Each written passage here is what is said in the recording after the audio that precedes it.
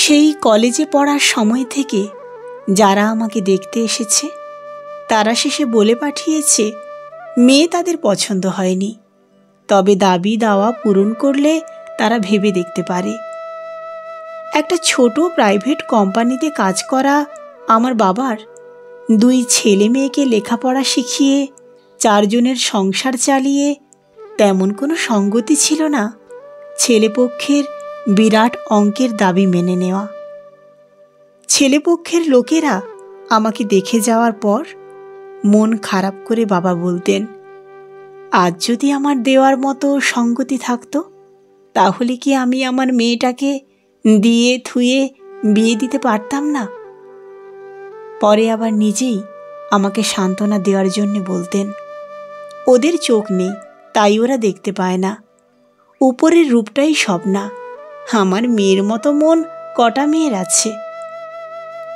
বাবাকে তখন বলেছি, তোমার ছেলের বিয়ে দেওয়ার সময় তুমি তোমার বৌমার মন দেখবে নাকি তার চেহারা দেখবে? বাবা সে কথার উত্তর না দিয়ে আমার দিকে নীরব দৃষ্টিতে তাকিয়ে আস্তে আস্তে নিজের ঘরে চলে যেতেন। টিউশনি করতে করতে ভাইয়ের পড়াশোনার খরচ আর আমার গ্র্যাজুয়েশনের পর উঠে পড়ে চেষ্টা করতে লাগলাম একটা চাকরির। সেখানেও আমার ভাগ্য সহায় না থাকলেও শেষে রিলায়েন্স ডিজিটাল স্টোরে সেলসের একটা কাজ পেয়ে মন দিয়ে সেটা করতে লাগলাম। দেখতে দেখতে 28টা বছর কেটে যাওয়ার পর বাবা মা এমনকি ভাইও আমার বিয়ের আশা এক প্রকার ছেড়েই দিয়েছিল।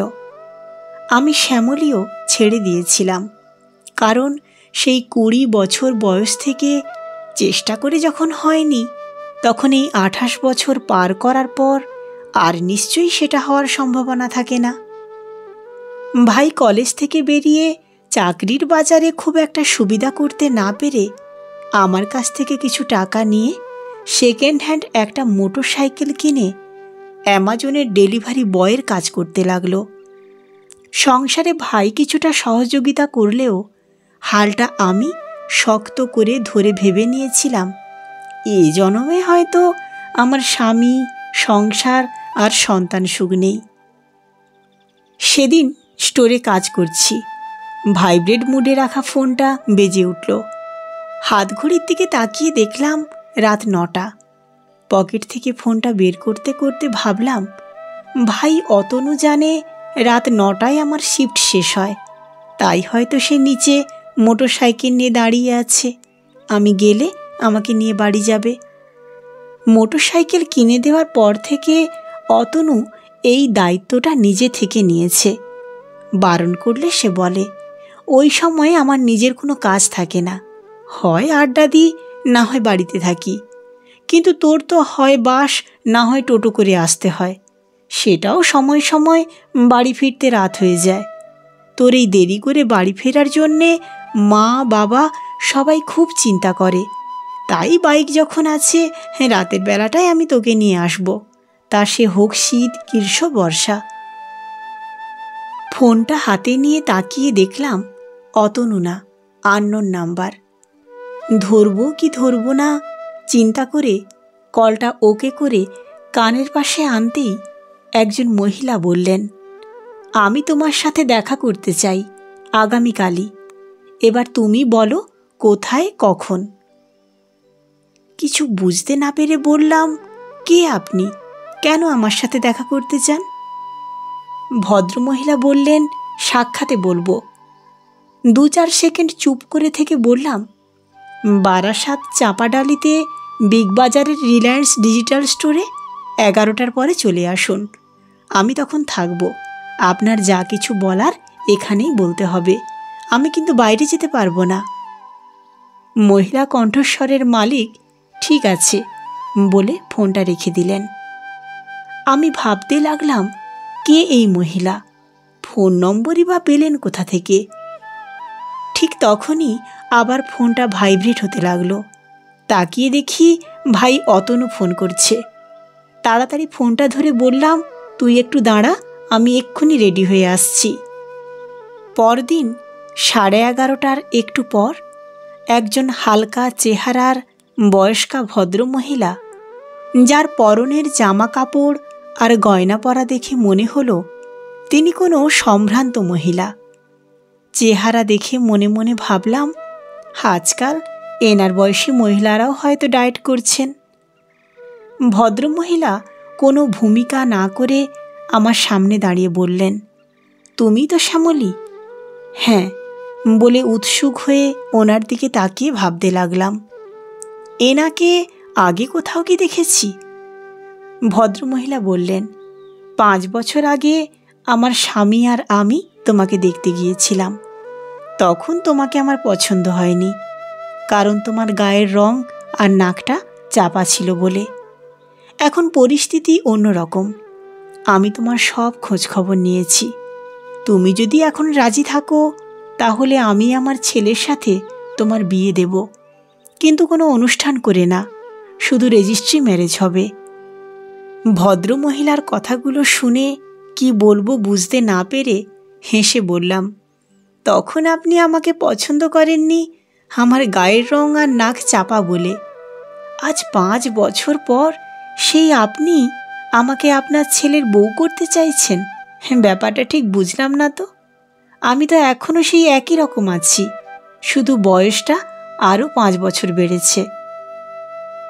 ভদ্রমহিলা আমার কথার কোনো উত্তর না দিয়ে এদিক ওদিক তাকিয়ে বললেন, তুমি আমাকে একটা বসার ব্যবস্থা করে দিতে পারো?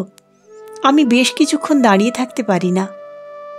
কাউন্টারের ওপার থেকে একটা চেয়ার এনে ভদ্রমহিলাকে বসতে দিয়ে বললাম, দেখুন এখন আমার ডিউটির সময়, আপনি যা বলবেন তাড়াতাড়ি বলুন। ভদ্রমহিলা চেয়ারটায় বসে বললেন, ছেলের বিয়ে আমি 4 বছর আগেই দিয়েছিলাম। বিয়ের 2 বছর পর আমার বৌমার একটা পুত্র সন্তান হয়। এখন তার বয়স 13 মাস।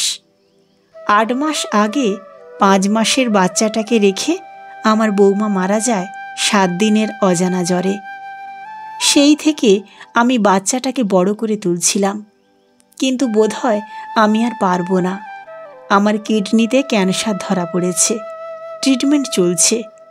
তবু জানি আমি বেশি দিন নেই, তাই ওই বাচ্চাটাকে মানুষ করবার জন্যে আমি আবার আমার ছেলের বিয়ে দিতে চাই, কিন্তু সেটা একটা শর্তে।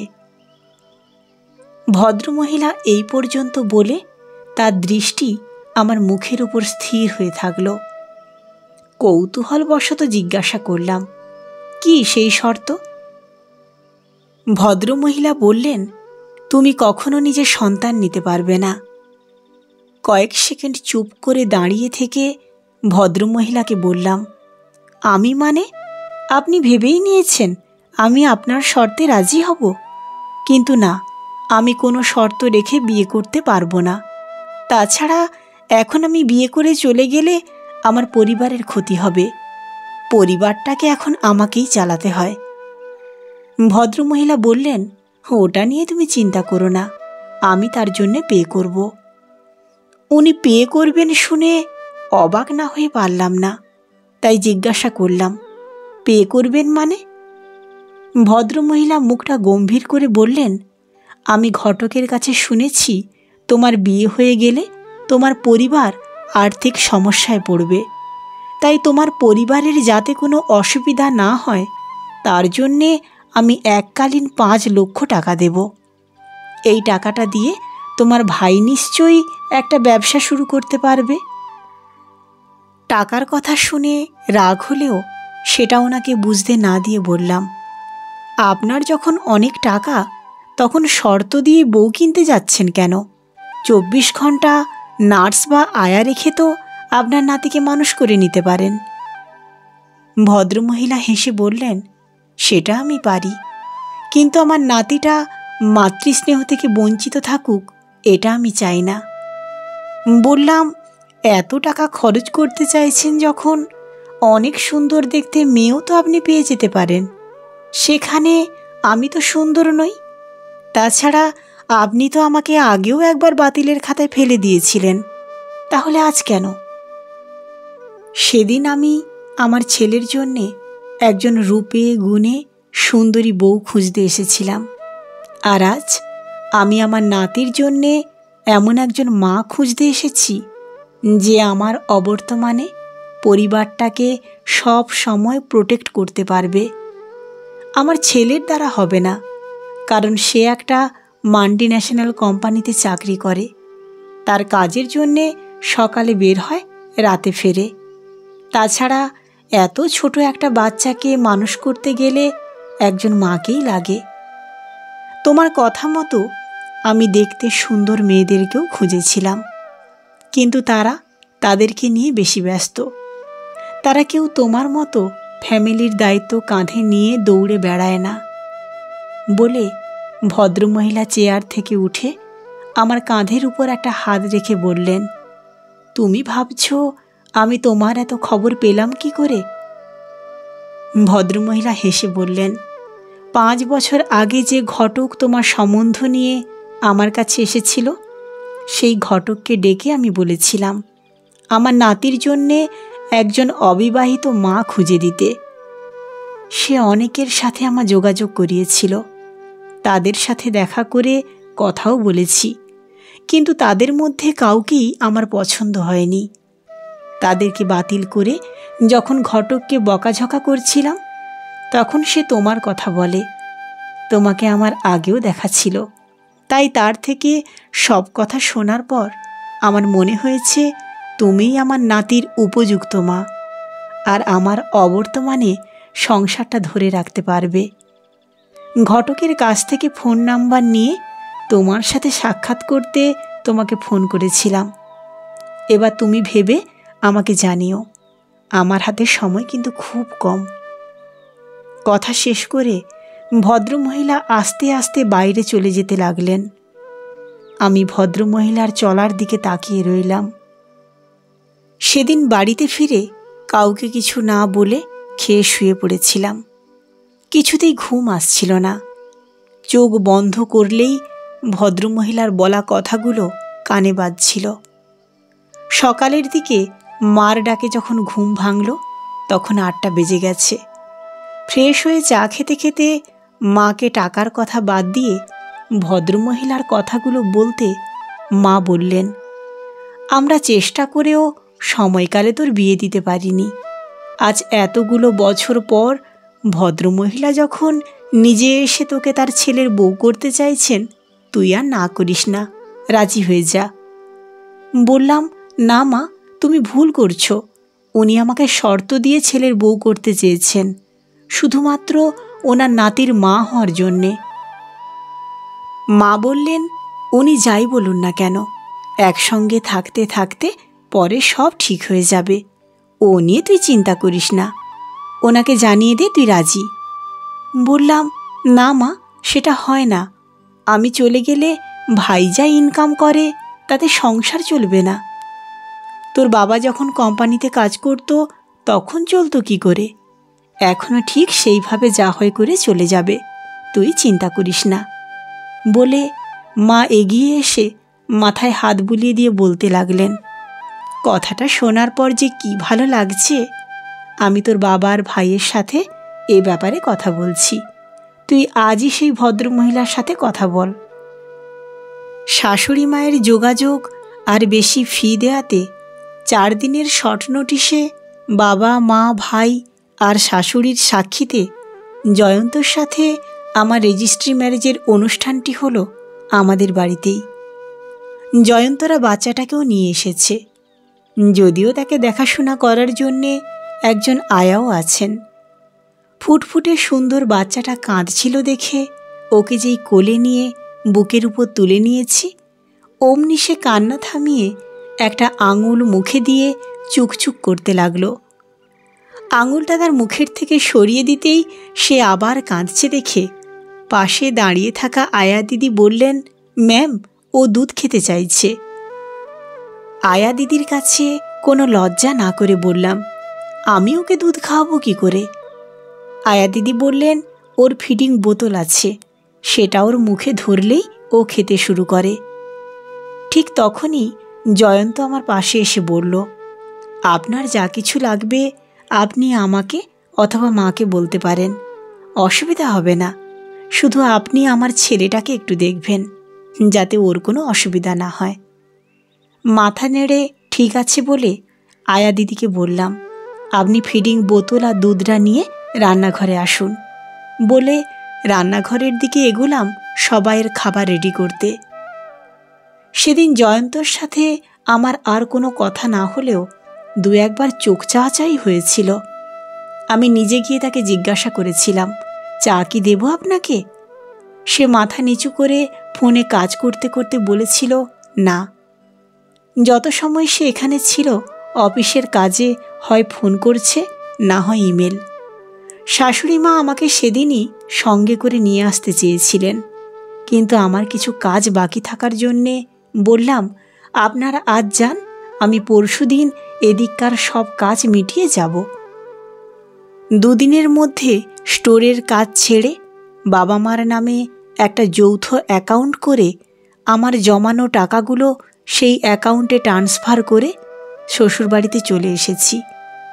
রেজিস্ট্রির পর আমাদের বাড়িতে আয়া দিদিকে সঙ্গে নিয়ে যখন সবার খাবার রেডি করতে করতে জিজ্ঞাসা করছিলাম বাচ্চাটা কখন কখন দুধ খায়, দুধের সাথে আর কিছু খায় কি না, তখন সেখানে শাশুড়ি মা এসে আয়া দিদিকে বাইরে পাঠিয়ে তার কথা মতো 5 লক্ষ টাকার একটা চেক আমার হাতে দিয়েছিলেন। সেটা আবার আমি ওনার হাতে ফেরত দিয়ে বলেছিলাম, আপনি আমাকে আপনার নাতির মা হওয়ার জন্যে আপনার ছেলের সাথে বিয়ে দিয়েছেন, সেই সম্পর্ক কি কখনো টাকার বিনিময়ে হয়? ওটা লাগবে না, আপনি রেখে দিন। শাশুড়ি মা তবু বললেন, টাকাটা দিয়ে তোমার ভাই যে কোনো একটা ব্যবসা তো শুরু করতে পারবে, তাতে হয়তো ওর ভবিষ্যৎ গড়ে যেতে পারে। দুধ গুলতে গুলতে বললাম, যদি কোনো কারণে ভবিষ্যৎ গড়তে গিয়ে ফেলিওর হয়ে যায়, তখনও নিজে কিছু করবার তাগিদ ছেড়ে আবার এসে টাকা চাইবে। তার থেকে ও নিজে কিছু করুক, তারপর যদি ওর টাকার প্রয়োজন হয় তখন না হয় দেখা যাবে। বলেই প্রসঙ্গ পাল্টাবার জন্যে বললাম, বাচ্চাটার কোনো নাম রেখেছেন? শাশুড়ি মা বললেন, ওর মা একটা নাম রেখেছিল, অভিক, তবে ওই নামে কেউ ডাকে না। বললাম, কেন? নামটা তো খুব ভালো, আমি তাহলে আজ থেকে ওকে অভি বলে ডাকব। প্রথম প্রথম জয়ন্তর মধ্যে একটা সংকোচ ভাব থাকলেও আস্তে আস্তে সেটা কেটে গেছে। এখন সে আমার সাথে ফ্রিলি কথা বলে, মাঝে মধ্যে ছুটির দিনে বাইরেও নিয়ে যায়। 4 মাস যেতে না যেতেই শাশুড়ি মা এখন আর আগের মতো চলাফেরা করতে পারেন না, মাঝে মধ্যেই অসুস্থ হয়ে পড়েন। সেদিন জয়ন্ত অফিসে চলে যাওয়ার পর অভিকে খাইয়ে শাশুড়ি মার ওষুধ আর খাবার নিয়ে যখন তার ঘরে যাচ্ছিলাম, দেখলাম উনি ড্রয়িং রুমের দিকে আস্তে আস্তে হেঁটে আসছেন। আমি কিছু বলবার আগেই উনি বললেন, আজ আমার শরীরটা অন্য দিনের তুলনায় একটু ভালো, তাই ভাবছি কাজটা মিটিয়ে আসব। টেবিলের ওপর ওষুধ আর খাবার রেখে বললাম, কোথায় যাবেন? শাশুড়ি মা চেয়ারটা টেনে নিয়ে বসে বললেন, তুমি আমার সাথে আজ ব্যাংকে যাবে। পাশে দাঁড়িয়ে বললাম, কেন? আমার আর তোমার শ্বশুরের কিছু টাকা আছে, সেগুলো আমি তোমার নামে একটা অ্যাকাউন্ট করে দিয়ে যাব।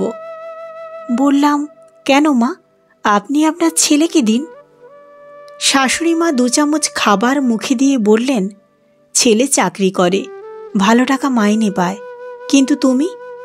যখন আমি থাকবো না তখন তোমার বা তোমার ছেলের যখন কোনো কিছুর দরকার হবে, তুমি কি জয়ন্তর কাছে গিয়ে সবসময় চাইবে? সে তখন জানতে চাইবে কেন, কী জন্য? সেটা আমি চাই না, কারণ আমি নিজে চাকরি করতাম, কখনো তোমার শ্বশুরের কাছে পর্যন্ত হাত পাতিনি। তাছাড়া তোমার নামে থাকলে অসুবিধা কোথায়? বলে আবার 1 চামচ খাবার মুখে দেওয়ার আগে বললেন, ও তোমার নামে থাকা যা জয়ন্তর নামেও থাকা তাই। সেই মুহূর্তে অভির কান্নার আওয়াজ পেয়ে শাশুড়ি মাকে আর কিছু না বলে অভি যেখানে উপুর হয়ে শুয়ে খেলা করছিল সেদিকে ছুটে গেলাম। 7 মাসের মাথায় অনেক যন্ত্রণা সহ্য করতে করতে শাশুড়ি মা আমাদের ছেড়ে চলে গেলেন। শেষের মাস দেড়েক খাওয়া এক প্রকার বন্ধ হয়ে গিয়েছিল। যখন ওনার খুব কষ্ট হতো তখন চোখ দুটো বন্ধ থাকতো আর মুখ দিয়ে একটা আওয়াজ বার হয়ে আসতো। পাশে বসে গায়ে হাত বুলিয়ে দিলে আওয়াজটা বন্ধ করে চোখ দুটো খুলে আমার মুখের দিকে শুধু তাকিয়ে থাকতেন। সেদিনও যখন শাশুড়ি মা খুব কষ্ট পাচ্ছিলেন, পাশে বসে সারা শরীরে হাত বুলিয়ে দিচ্ছিলাম, তখন উনি আমার হাতটা নিজের শীর্ণ হাতের মধ্যে নিয়ে মুখের দিকে কিছু সময় তাকিয়ে থেকে খুব আস্তে আস্তে বললেন, প্রতিটা মেয়ের স্বপ্ন থাকে সে বিয়ের পর মা হবে, আমারও তাই ছিল। আমি বোধহয় তোকে শর্ত দিয়ে ঠিক করিনি, তুই চাইলে এখন তোর নিজের সন্তানের মা হতে পারিস। আমি তোকে শর্ত থেকে মুক্তি দিলাম। চোখ দুটো জলে ভরে উঠলেও শীর্ণ মানুষটার দিকে তাকিয়ে অন্য হাতে চোখ দুটো মুছে মায়ের বুকের উপর মাথাটা রেখে বললাম, আমাকে তো আপনি আগেই অভির মা করে দিয়েছেন, নতুন করে আবার মা নাইবা হলাম। আপনি আমাকে আশীর্বাদ করুন, আমি যেন অভিকে ঠিকমতো মানুষ করতে পারি। কলমে সুপ্রিয় ভট্টাচার্য, কণ্ঠে আমি সুদীপ্তা।